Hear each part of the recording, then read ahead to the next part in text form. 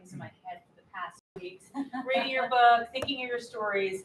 It's good to be sitting next to you. Likewise. Yes. Thank you, Tamsen. So, Tough Titties, when we first got introduced, I was like, oh my gosh, what is this book about? I had no idea.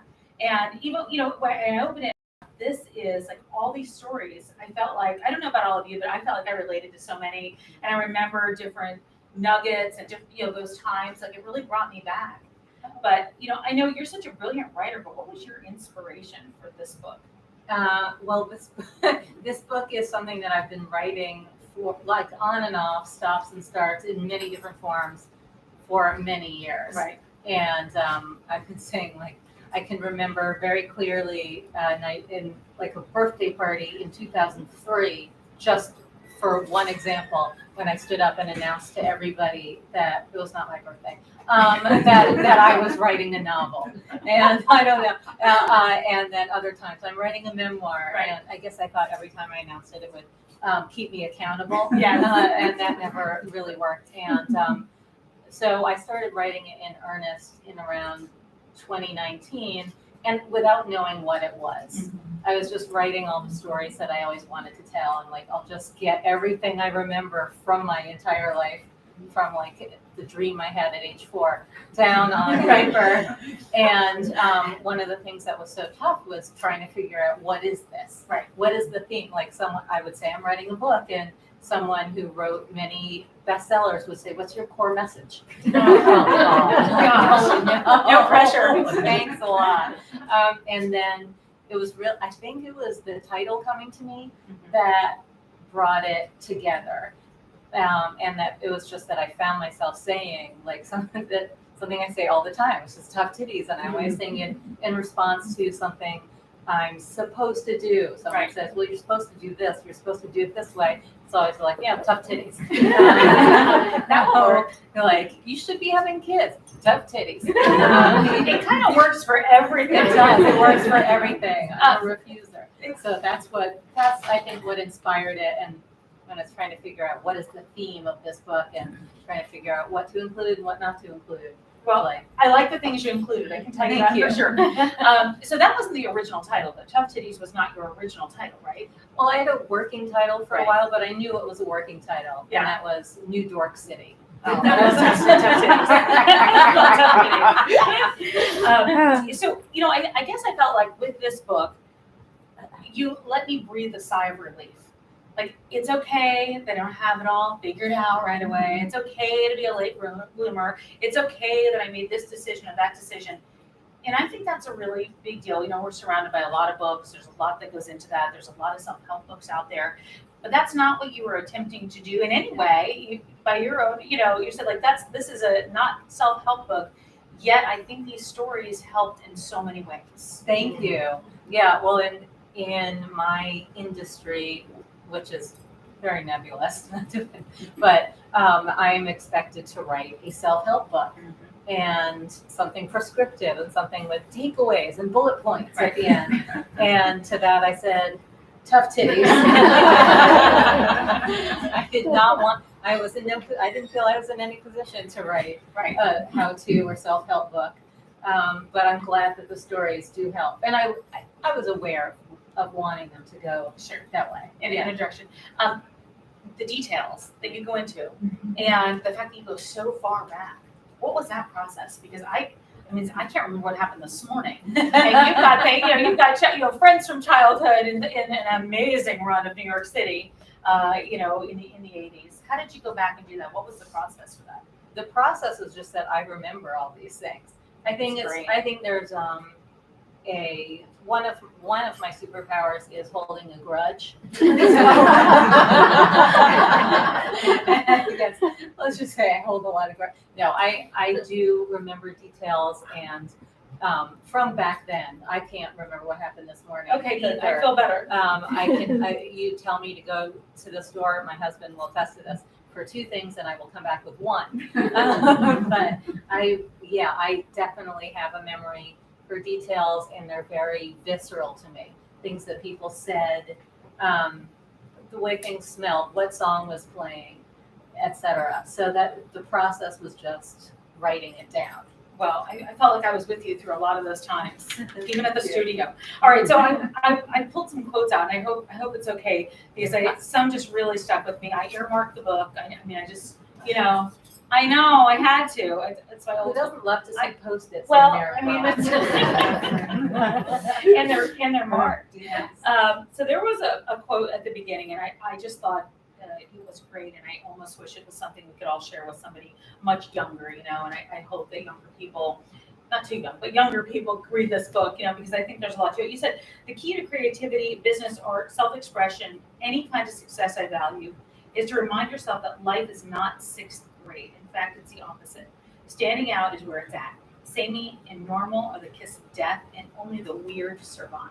And I feel like everyone goes, oh, thank goodness, because these days we feel like we have to be same, and we have to, be like other people, and we have to do what somebody else is doing on Instagram or TikTok or wherever it is. And you're telling us it's a permission slip to be yourself. Yes, and it's something that I have to remind myself of constantly, because and that quote is from the chapter. It's from chapter 1. Deb Fishbone likes this, which is about me hate following my middle school bully, and the things she did to me, and how deeply they stuck.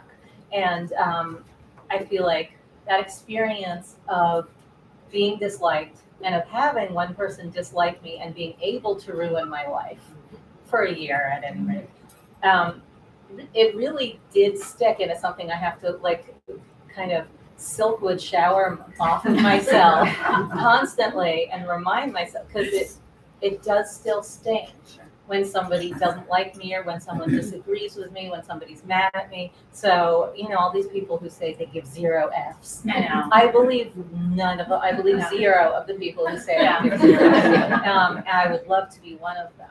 But so that's kind of my mantra, and it's one that I need to hear my own self. But I think a lot of us need to hear it, because a lot of us want to say we don't care, but we do care at the end of the day. We really do.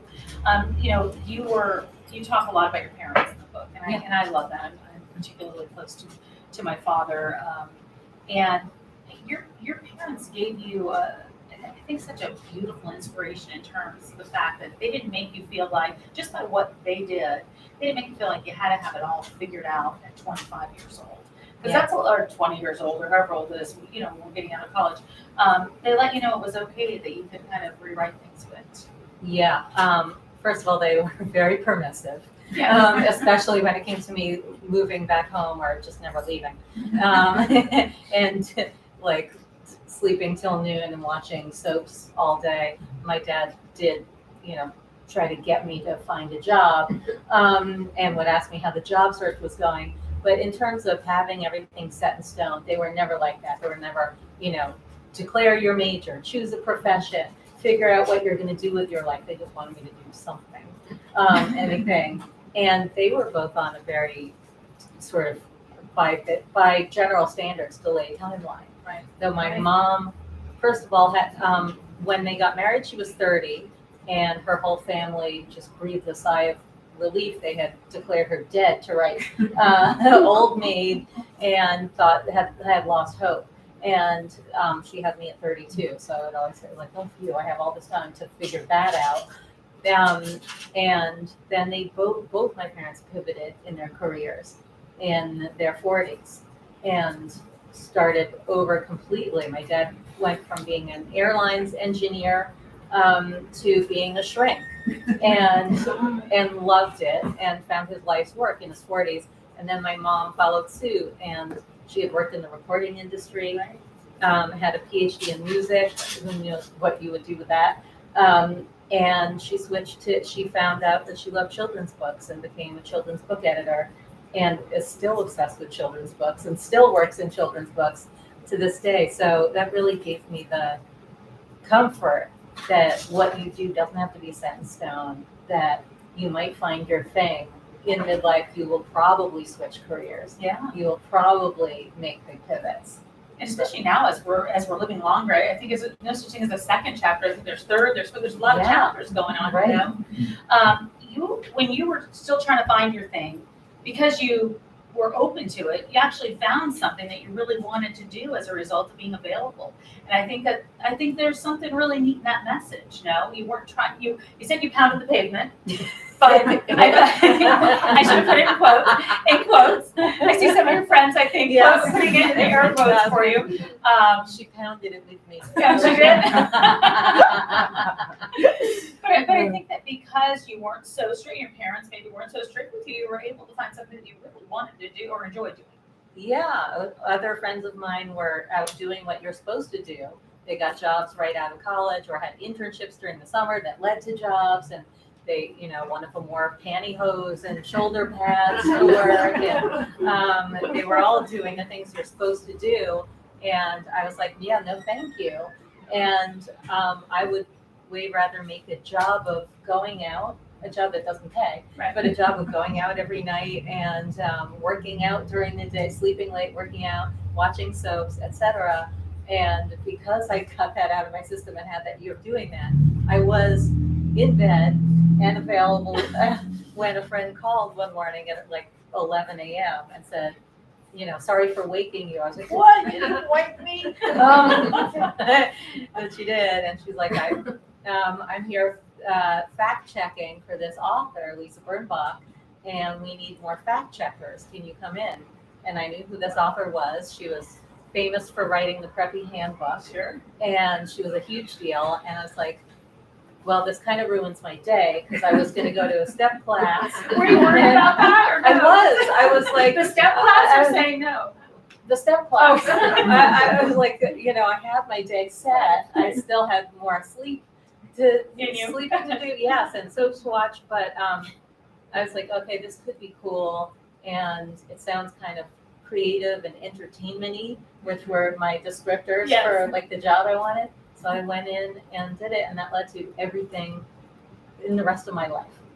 And that's the message, though. I mean, it really is. You allowed yourself to kind of follow a windy path, and windy paths can be scary. I mean, they just can be because you don't know exactly where it's going. Do you still find yourself doing that today? Because I know the business that you have now is something that is hugely successful, but you're still doing, at the end of the day, when you get up in the morning, something that you love to do, right? Which is right. Yes. And I do feel that while some things are set in my business, like I know today I have to write an email and I'm going to promote this thing and I'm launching this thing. At the same time, I'm a terrible planner, look ahead kind of person when everyone's like, what's your 5-year vision? I don't know my 5-week vision. And so I've always been someone who has to kind of go with the flow. And with this book especially, I mean, there was a path that I was supposed to take, write the proposal for this kind of marketing book or a self-help book or something like that, and copywriting, and have a QR code in the back that takes them to the website to take the quiz that gets them into your funnel and all that stuff. And I was like, no, I don't want to do that. And people would say, what is the plan with the book? How is it going to accelerate your business? I'm like, I don't know, but I think somehow it will. I think somehow it will. Really, my hope is that it leads to something surprising, or many surprising things, the windy path. So, You talk about the process of this book, and look, a lot of people feel like they have a book in them. There are amazing authors out there, and there's so many more that want to write a book. It's a tough process. It's not, I sat down for 6 weeks every morning and wrote, and I wrote chapter 1, 2, 3, 4. It all came together. That's not what it is, even though at the end of the day, it looks like it is. Right. Well, I mean, we probably both know people who sat down and channeled their book. We're like, oh, the whole thing was a download. It was all a divine download, and it just. I'm not a writer. I'm more of a vessel. We know people like that. We do. And maybe I believe them. Maybe. But no, it's not that for most of it. For most of us, and I think there are times, like, I don't know about you. I've had times when it does pour out of me. Yes. Like I know what I'm writing, and then times when I'm like, oh, I really There were times when I fantasized about giving back my advance. Oh my gosh.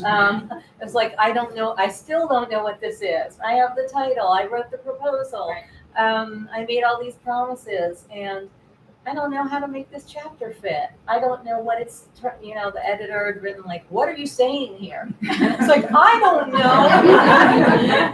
You would tell me. Nothing more confidence boosting than that, right? What is this mean? What does this mean? And I also got, where is the voice here? What is the POV? And now you're really rambling. Sorry.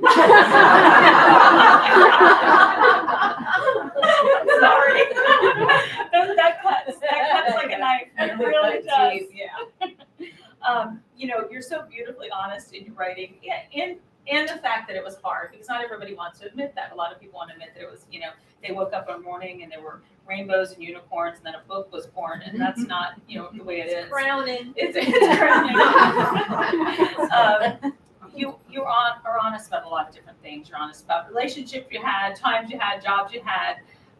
Was there any point where you were writing going, oh gosh, my mom's going to read this, or my husband's going to read this, or then you went, I'm just writing.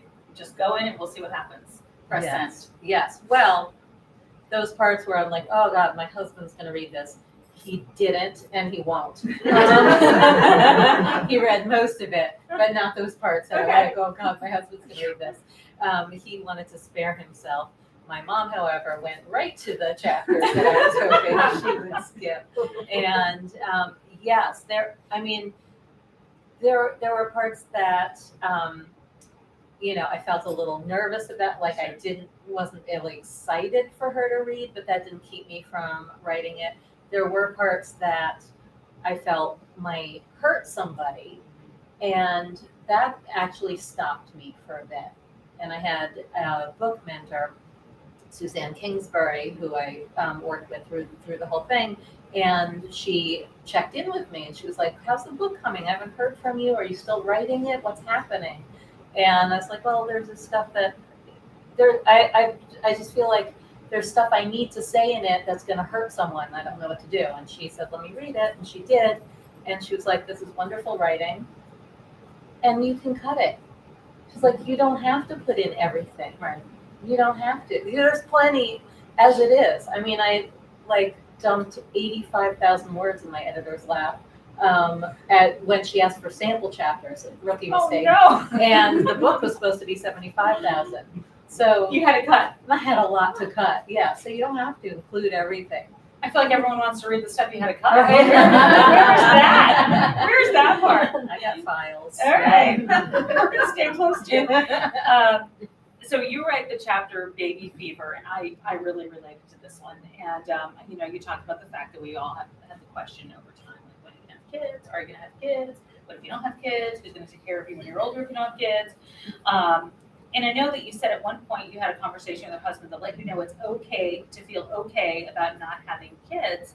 And I feel like a lot of women are going to see themselves in this chapter, or might be sitting in those conversations, because those are hard ones. I had them myself, and they're hard conversations. But when you feel that relief, when you feel that like you're okay, it's a nice place to finally get to. Yes.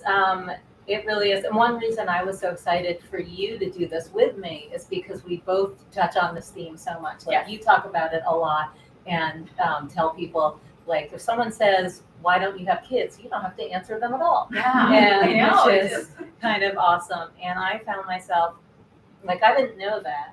And people wouldn't say, why aren't you having kids? They would say, when are you having kids? Or are you having kids?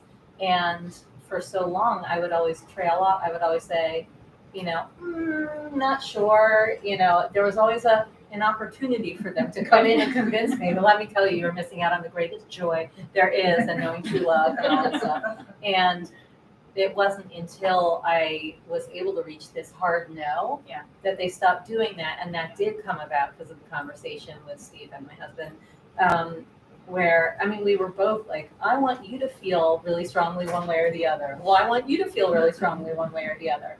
I finally sat down with him and it's like, are you definitely really positively okay if we don't have kids? And he just said, yeah. And then we were like, all right, we're going for it. We are going for not going for it. And it was such a relief. It is. Yeah. It is. And it's a relief to be able to sit in what you mean and what you stand for too. And that's not always easy to get to. It takes a while. Right. It takes Well, a while. when you don't know which And way when to you don't stand, know, yeah. when you're on the path, and look, we're all on the path. Trust me, there's no question about it. Okay, there are 2 lines at the end. I don't know. I know we're close to time, but I have to ask this. There's 2 lines at the end that talk about comparing yourself, and it's so easy these days for people to do that. You say, as long as I don't see people in front of me, I'm not behind. And then you say, and this goes for you too, maybe there is no such thing.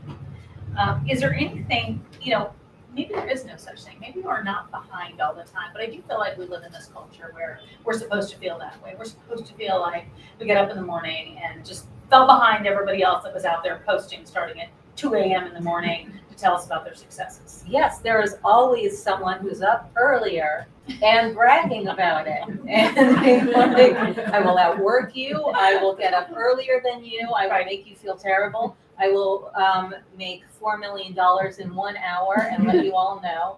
And I will do it before 30. And there's always someone to compare yourself to. And for that person too, Right. They're comparing themselves to somebody who made $5 million in an hour and did it before 20. So yeah, I do feel that there really, when you think about it, there is no behind. There's only behind because we make it so, because we're looking at someone who's in front of us, who we think is in front of us. And I feel like the only time really there's a behind is in traffic or in line for brunch. And this is why I will run to the door if I see people coming from the other direction. Somewhere, if you don't want those people come in, it might be the last table. But otherwise, really, there is no behind. It's another thing that I have to constantly remind myself of, because I'm very prone to comparing myself to other people. I think it's human nature. Some people, they're rare. Yeah. I have like 1 or 2 people in my life who are like, I don't care at all. A friend who wrote a book, she's like, oh, I don't care what my sales are at all. I don't look at my numbers. I wrote a book, I'm writing another. Yeah, right. Good for you. That's not me. That part's not me. I've never said that, I promise. Is there anything you want to leave people with? I know we're going to do some Q&A, but the sorry, not sorry is a message that we can all take away, and something I think we need to be okay with saying, Yeah. Yes, I agree. Like, to anything that you don't want to be in, where you don't feel you fit and you feel is not your path and not your personality, I say tough titties. Yes. And tough titties. And be yourself and do your own thing and share who you are. I think that being yourself is a huge permission slip to people around you to be themselves. And we all know that feeling when we hear someone say, like, oh, I actually didn't like that movie. Like, oh, thank God. Yes. Me neither. Thank you for being honest. When someone is truly honestly and unapologetically themselves, it makes us feel like, I could have said that. I can be myself too. And then you doing that gives someone else permission to be themselves, and they give someone else permission to be themselves, and like the Fabergé organic commercial, and so on and so on. And it creates a ripple effect. So I say go out there and be you and say tough titties to anything that's not. I think you've given people a lot of permission. Thank you. Thank you. All right. So I'm going to read a little bit now from the chapter, Boys Don't Like Me. In 10th grade, I got a little sloppy at a cast party for the inter-school production of Anything Goes and humiliated myself. I was barely in the show, with the bit part I had to beg the drama teacher to give me after a sucky audition. My father made me call the man at home on the Sunday evening and use his favorite script to get hotel upgrades. If you accommodate me, I'll make it worth your while. Mr. Warble said, okay, in a suit yourself tone, and agreed to let me sing in one all-cast number, Blow Gabriel Blow. At the rap party, to feel more loose and chummy among people who didn't even know I'd been on stage with them, I chugged down 2 Budweisers. I was a lightweight, so the night was a blur of cavorting and being social in ways I couldn't later recall, except for one moment, A guy with bad breath, who was too old to be there, ran his finger over my teeth when I'd said I'd gotten my braces off. I was grossed out, but also flattered. The next day at school, a classmate told me, this drunk girl was talking to Cornelia and Dan, a beautiful rail-thin girl from the class above us, and her boyfriend from our brother school. And the girl kept saying, you're so lucky. You're so lucky to be a couple. It was so embarrassing. Ew, I shook off the image. That's so pathetic. Who was it? The classmate said she didn't remember. Later, my face heated up as I realized she'd been trying to tell me I did that. It added up. I had little memory of the party, but you're so lucky sounded mortifyingly like me. I thought anyone with a boyfriend, or anyone boys liked, was so lucky. A boy liking you wasn't just someone to go to the movies with. It was a green light to like yourself, a gold medal, a beauty queen sash, a royal flush, and a winning Powerball ticket, a stamp of authenticity, hotness, excellence, je ne sais quoi, citizenship, a right to walk tall. You could get 98s in geometry, which I did, or be the funniest in your class, which I thought I was. But as far as your worth went, the only unit that mattered was a boy. Maybe part of it was going to an all-girls school, where boys were rare, exotic creatures who sometimes showed up in the lobby to meet a few lucky girls. Behold, a young private school male. But more than from lack of access, my fetishizing of that whole gender probably came from them not liking me. They didn't. I have receipts. At Jill's 7th grade makeout party, the hot guy yelled, "Do-over," when his bottle spin landed on me. Another classmate had the same luck and had to spend 7 minutes in heaven with me in Jill's closet. As we closed the door behind us, he said, we're not doing this. I was like, yeah, no, I mean, I would never.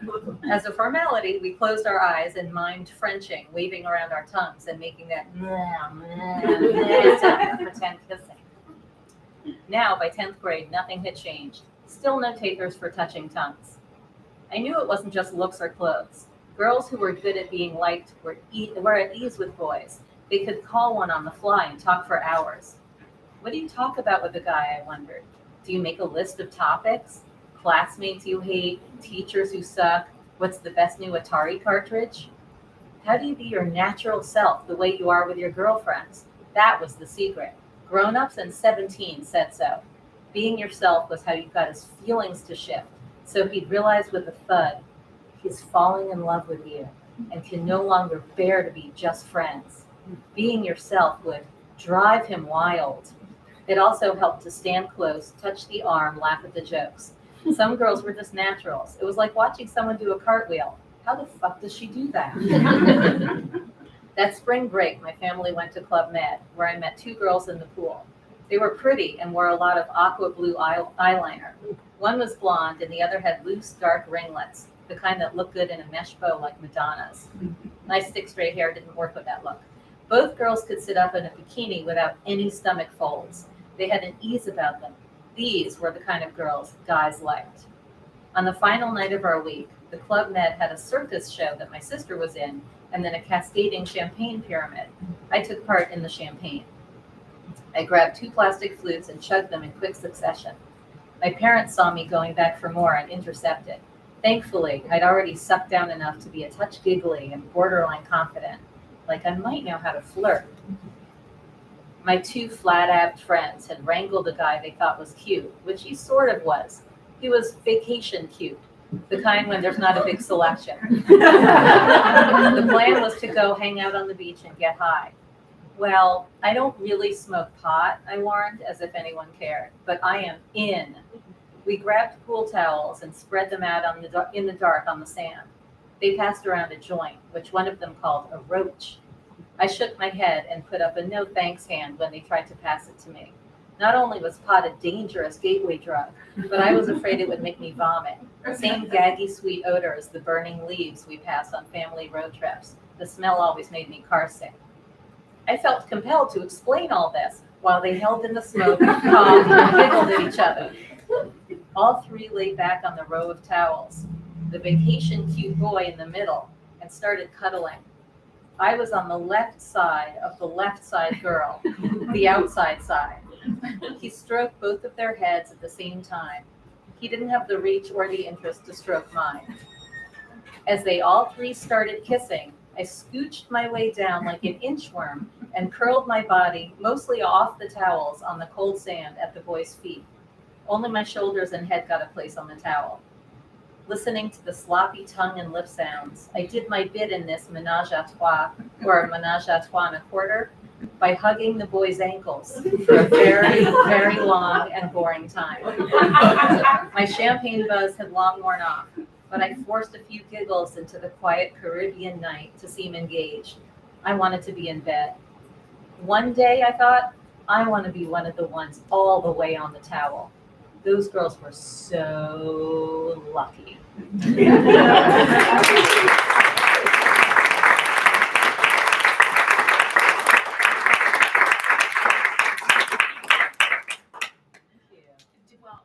guys have any questions? Because I know we can do a Q&A and then just pretty open. She'll answer a few things, I think. Clearly, I'm an open book.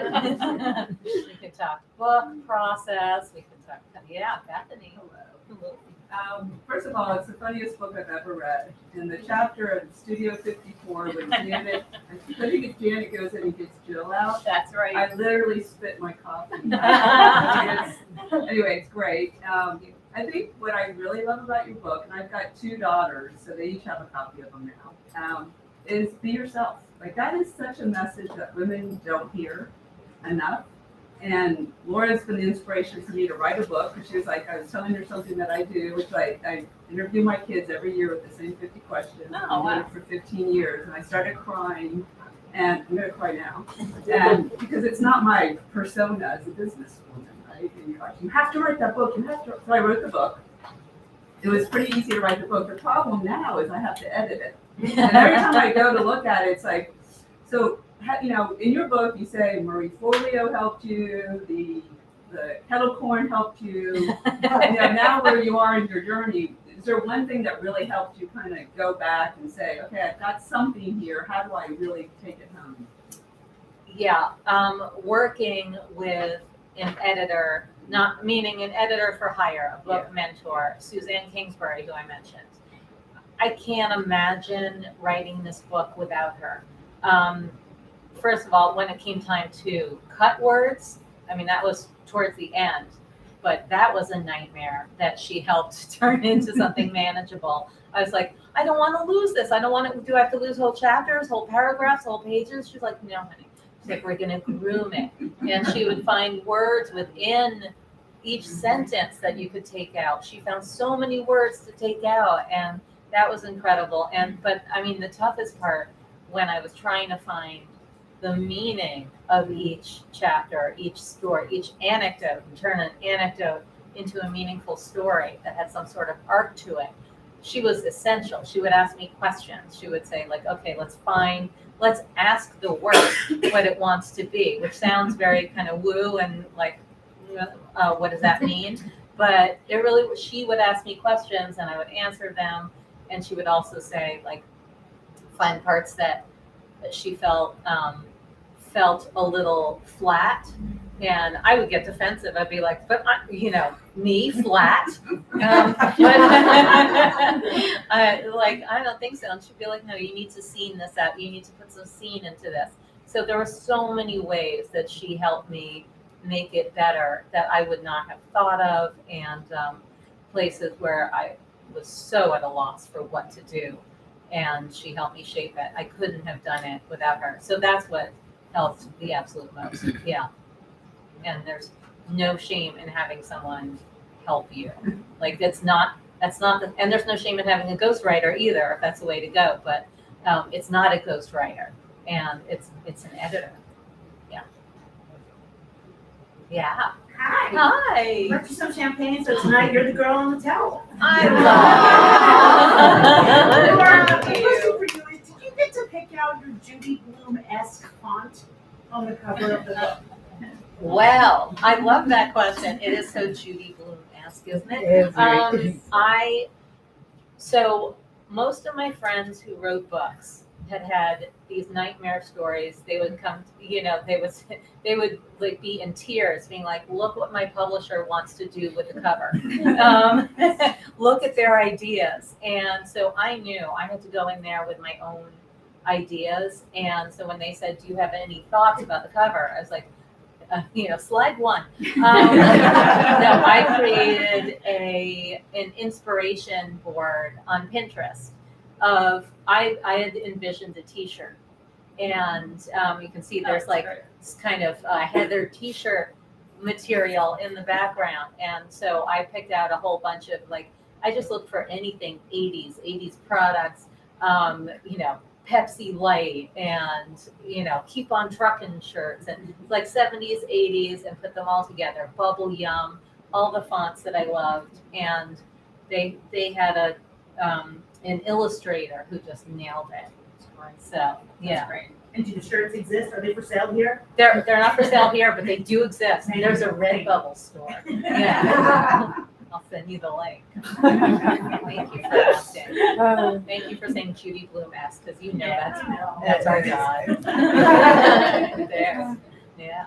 Yes, Danny. Hi, I'm Danny. I'm a shrimp club, so I'm part of Laura. I just joined you her are. club. So I followed Laura. I'm super fan. Seeing you in person is because I followed you for 5 years, and just you've helped me so much in my life with freedom and inspiration. And so to be here in your presence is amazing. But your book, so the Tough Titties, I guess I want to ask, reading the book, you could see your transformation a little bit, and obviously you're still in transformation where you think tough titties for things, but was there a pivotal moment, Pivotal. that word, Yeah.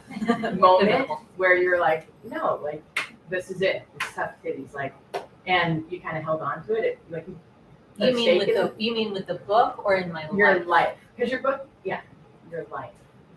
I don't know if there was. I think it's just little moments, here and there that I maybe didn't even recognize until I looked back until I was writing the book. I mean, when you're writing a memoir, something like this, there's a question, a little bit of a riddle of, does your life shape the book, or does the book shape your life and how you perceive it? And having written it, it's oh yeah, that's the arc of my life. Because I wrote it that way. And so it's an interesting thing that happens. And it sort of shapes your reality in a new way. So I don't think there was one. So I'm not missing that moment. No, It's you're all not good. missing that moment. Okay. There's no, that's why it's so hard for me to create a kind of talk you're supposed to have, or a webinar where it's and that's when I realized, yeah. Any others? Yes, Rachel. We went to elementary school, and I'm dying to know who a few people are in the book. I was curious, as you said, the book has it morphed into something different. So, did you get your book deal off a proposal, on proposal something else? I did. I wrote a proposal. That was not so far from what the book became. And I wrote the proposal knowing that I would have to sell it to someone based on my audience and what I told them, what I told them that audience wanted from me and the things that they said. So I kind of, I compared it to, I kind of ran through all the common self-help gurus and things that they were saying to do, and talked in the proposal about how, a lot of the stuff that's in the intro about how exhausting that is. And sometimes we, I didn't put this in there, but we're told you can do hard things, and I want to take a nap. And maybe, there's someone out there telling us that we're all the cheetah, living in a cage, and that we want to run free. And some of us are not made of cheetah. Some of us are made of sloth. And so all that stuff is really, it's not for everybody, and I want to write something that's for the people who don't relate to that. So I think the proposal felt a little bit more like it was going to be an anti-self-help book, a little more straight essay and less memoirish.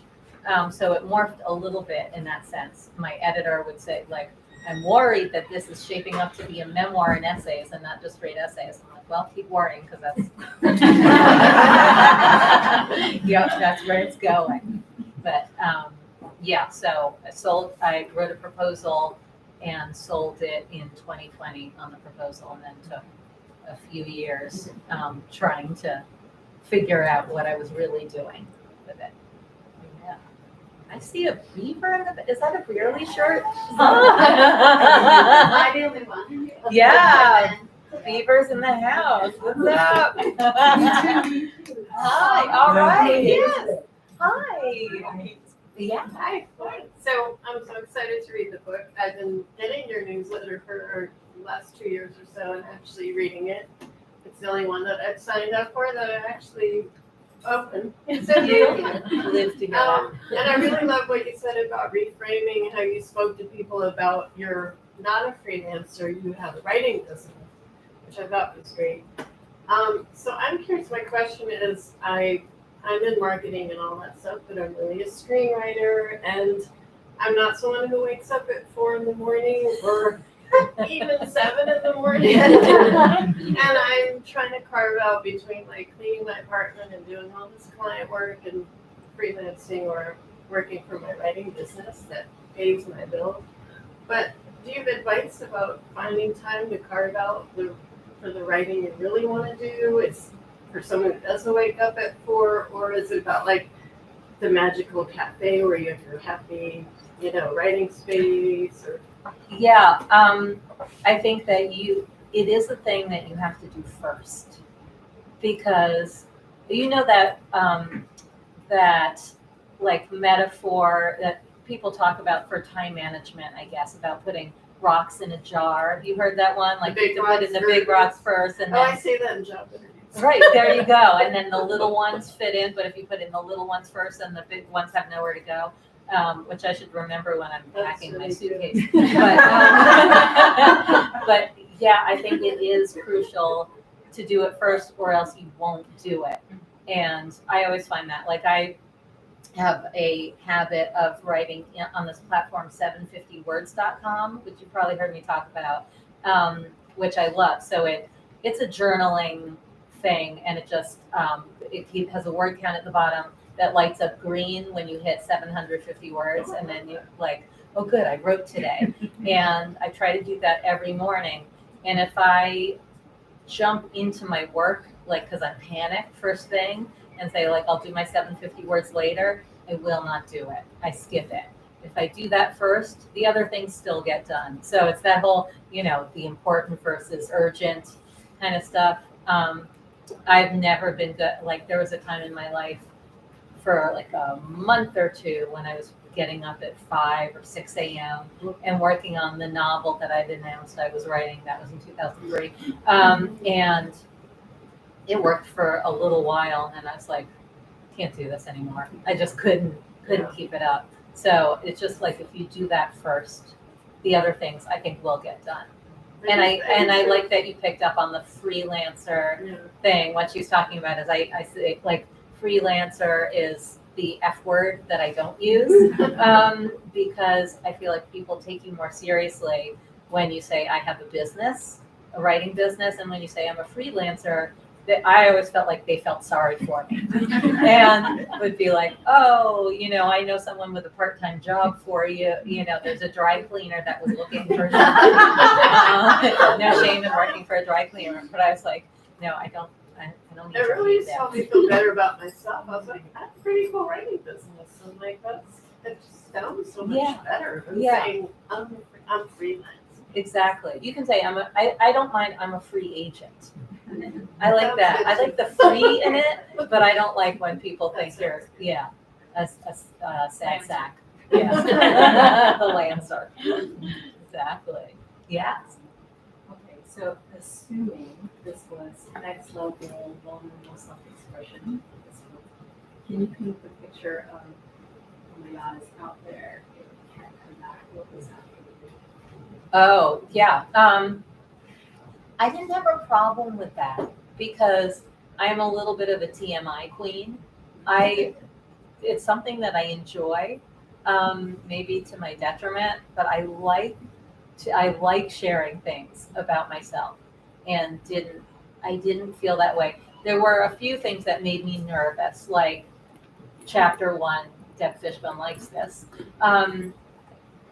First, I was like, I had gotten legal to compromise a little bit, to say like, okay, fine, you can keep the name that it's not her name, but it's close enough that it made them uncomfortable. And I kept in a few other things that made them uncomfortable, even though she is a litigious person. They Googled her, and the lawyer was like, look, she and her father are suing each other. Do not want her to identify herself. But I was actually less nervous about her suing me than I was still afraid of her. And I was like, I don't want her to be mean to me and come after me. And turn all my friends against me again. So there were things like that made me a little nervous, but otherwise I didn't feel like that kind of vulnerability hangover, like when you share something with the wrong people, like, why did I say all that? And the next morning you're like, what? That feels really inappropriate. Like they didn't even want to know that. It didn't feel that way with the book. But yeah, good question. Anyone else? Yeah. Oh, I thought, you.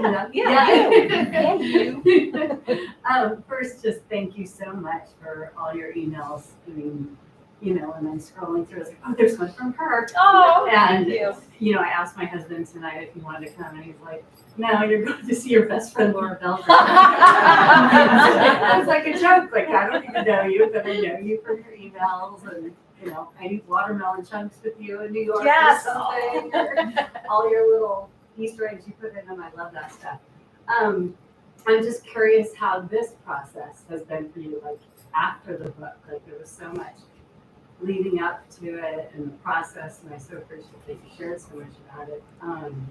So what's it like now? Yeah, well, do you mean like having a book out? Do you mean promoting the book, or just I mean, like things like this are such a highlight.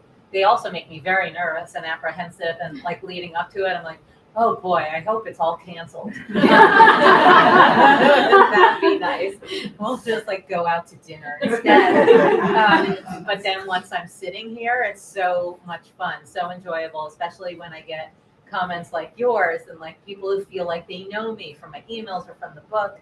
And so it's a lot of ups and downs, and there's, so much pressure that I put on myself. No one, like, my husband, Stephen, who you know very well from my emails, had to remind me many times, like, you wrote a book.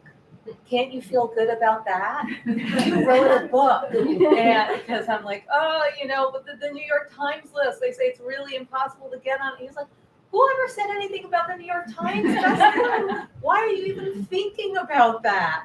Like, you wrote a book. And so I have to keep coming back to that, because there are a lot of things that I want for it. And I do, I do have a lot of friends who made the list and have all those accolades and get to put that that stamp on their website as seen in the New York Times. And so it's ups and downs, but like the highs are really pretty great. And having something out there that I worked on for so long and always talked about and sometimes thought I would never make happen, that's really exciting. And then, meeting people like all of you. So that's been super fun. Yeah. So the Martin Scorsese, not Martin Scorsese chapter seemed so sad to me.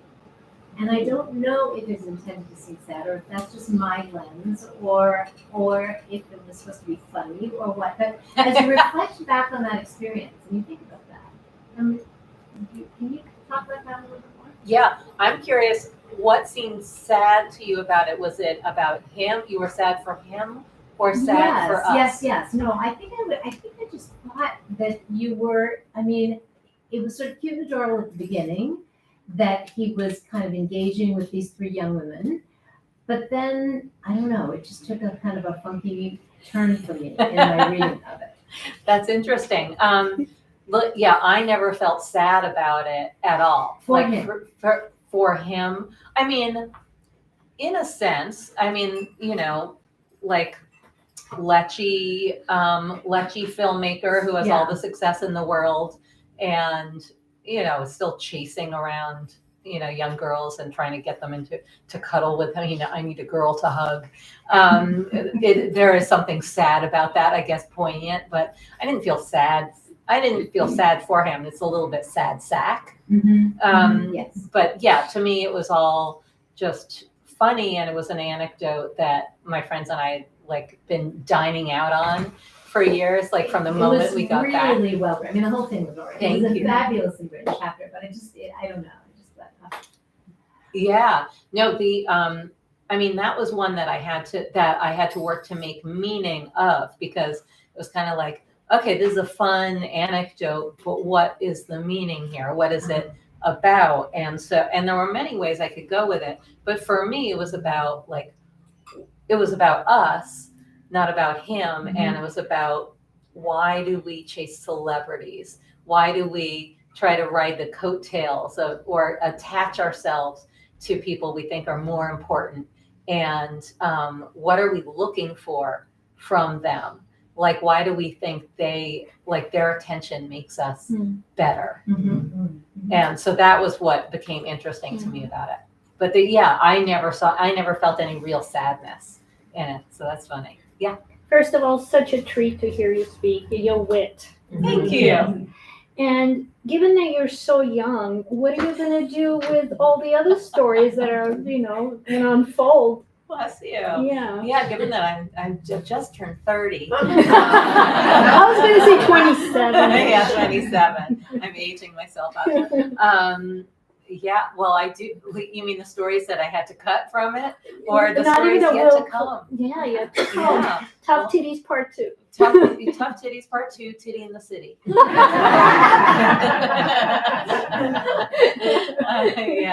I don't know. If you're suggesting another book, yes. I mean, I do hope there are more books in me. At the moment, I don't know what that is. If it's the chapters I cut, or it's things to come. Right. Hopefully, there won't be some tragedy that shapes the rest of my life. Poo. It'll just be more fun. So, yeah.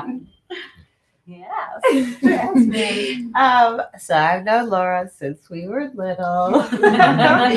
And she's always been one of the funniest people I know. You just said witty. She's always been like this, always. And I wonder that for me, I'm a teacher, and I want to buy the book for lots of my young people, kind of around even 30-ish, I feel.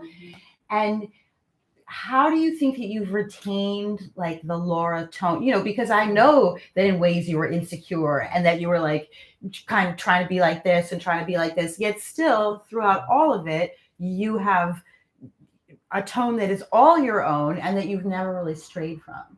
And so do you have any thoughts about how to do that? Well, do you mean on the page, how do you stay in your voice? I even mean throughout their whole life. Because again, I'm thinking of younger people that even when you all these things that you did, you still were very kind of comfortable in your skin, being uncomfortable in your skin. You know what I mean? And so I just think of our young people, and for lots of them, they're struggling to find their own voice, their own narrative, their own, in a sea of telling them what they should do in a million ways, but still kind of what they should do. Whereas you just went straight Laura the whole time, I think I'm just incapable of being anything else. Right. I know that, but do you think there's anything that to impart in your voyage of being insecure, not always trusting yourself, but still staying true to yourself? I think maybe it is about being honest about who you are, and honest about your insecurity, and not trying to gloss over it, trying to act because there is pressure on us to be powerful, to be in our power, and boss women. Right, yeah, boss babes. And I've never been able to take on that tone. I think a lot of people do. as a way, and we're also told like, say it and you'll become it. And I think maybe it is about being honest with yourself and with the world about who you are and how you feel, and sharing your insecurity. And I think that's absolutely fine. And I think we're told not to, like, you're not manifesting. You're like, if you say anything negative. And so, yeah, I think it is just about being honest and practicing like journaling and writing things for yourself. Something that I know you've done for years and years. Like, you've journals from times. God, do I wish I had journals from like from the 90s, From the got 80s, some from goods the- of yeah. the 80s. So, I mean, don't you feel like that's helped you? Like, Absolutely, of Say who course, you yeah. are. I don't have a memory like yours too, so I mean, and I tell everybody, journaling is cathartic, and you see stories in it that you didn't necessarily see when you experienced it, and gives you a reflective thing later, and also generally a huge sense of great humor. You're like, oh my god, I was so ridiculous. Yeah, no, I think it's wonderful as always. yeah. So I think that's it. I think that's one of the keys is journaling, and like, it is such a great exercise. It is cathartic. It is self-reflective. It does help kind of find stories, things that and insights you didn't know you had. But also, it's a record of your life and how you used to think and feel, and it's incredible to go back and see that and be like, wow, I have changed. I have evolved. I didn't think I had, but especially because you feel like right, and you find yourself writing the same thing over and over and over, and like, oh boy, same thoughts as yesterday. And then 20 you might, years ago, right? sometimes. Yes, but then sometimes you're like, wow, I don't think that way anymore. How great! So yeah, I love that question. Tell them to journal. Yeah, I think. yeah, I do. I'll tell them, coming from you, it'll have more clout. Tell them I said so. Okay, that's a good one. And thank you for buying it for your young ones. Oh, of course, please. Love that. I want them all inspired by not all who wander are lost. I mean, that's such a great theme throughout it. I love it. Yeah. Thank you. You're going to tell them who you are in the book? How dare Not you? yet. You got the part you cut out. No. One day. I'll never out you. Exactly. It's coming. Oh, I thought I saw a hand up. It's my husband scratching his head. I know he doesn't have any questions. Pulse, process, voice. Anyone working on a book? Yeah. So many. Yeah. Anyone just raise their hand, like, have any questions, or how's it going for you? Oh, yeah. Did someone help you with the proposal, or was that just all you? Suzanne, the person I mentioned, she helped me with the proposal too. And So where did you hire her in the process then? Yeah, so I hired her when I was wanting to write a book. And my friend Terry Trespicio, who I mention also a lot in my emails, and she's been a huge help to me. She said she was working on a book, and she said, you've got to work with Suzanne. And she had talked about Suzanne before, because Suzanne has a method called gateless writing. So Terry had said, like, oh, I'm going on a gateless writing retreat. I was like, what did you just say? It was like gateless writing. I'm like, what is that? I need to know about that. That sounds amazing.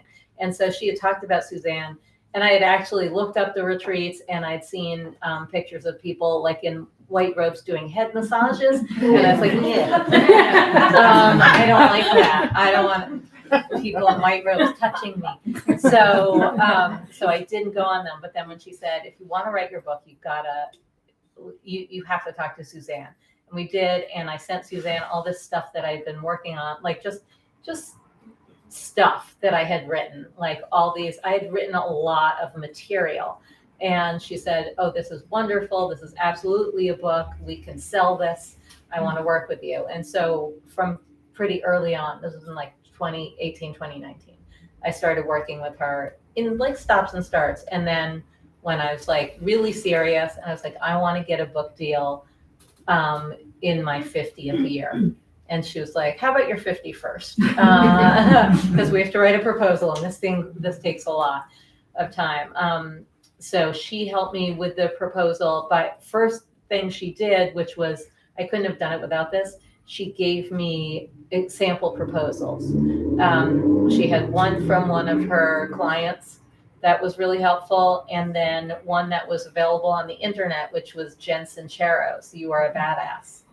And so, bless you. So I got to see, and it was crucial to me to have those sections to see, like, because I was able to go section by section, marketing, audience, message of the book, the intro to the proposal, all those, like, section by section. That was the only way to do it. So that helped a lot. She helped me, tweak it and pick the sample chapters that you attach and all of that. So yeah, that's a good one. And Mel. Can I ask a second question? Yes. Okay, so I have a book I wrote, and it's been sitting there 60,000 words, but every time I go back to it, I edit the crap out of it. And so it's like, when do you let it go? Like, and when do you just kind of bless it? Yeah, for me, it was essential to, I had no perspective on that. And so working with Suzanne, she would say, this chapter is done. This one is great. And then obviously my editor at Hachette had the final say on that. But it went from her saying, like, what now, you're really rambling, to saying, this is a great read. I see all the work you put into it. I mean, I went away for a long time. It did not have any input from her in between that and handing in the manuscript. I was like, I can't take any more of her input. She's like, I'm here to help. I'm like, thanks.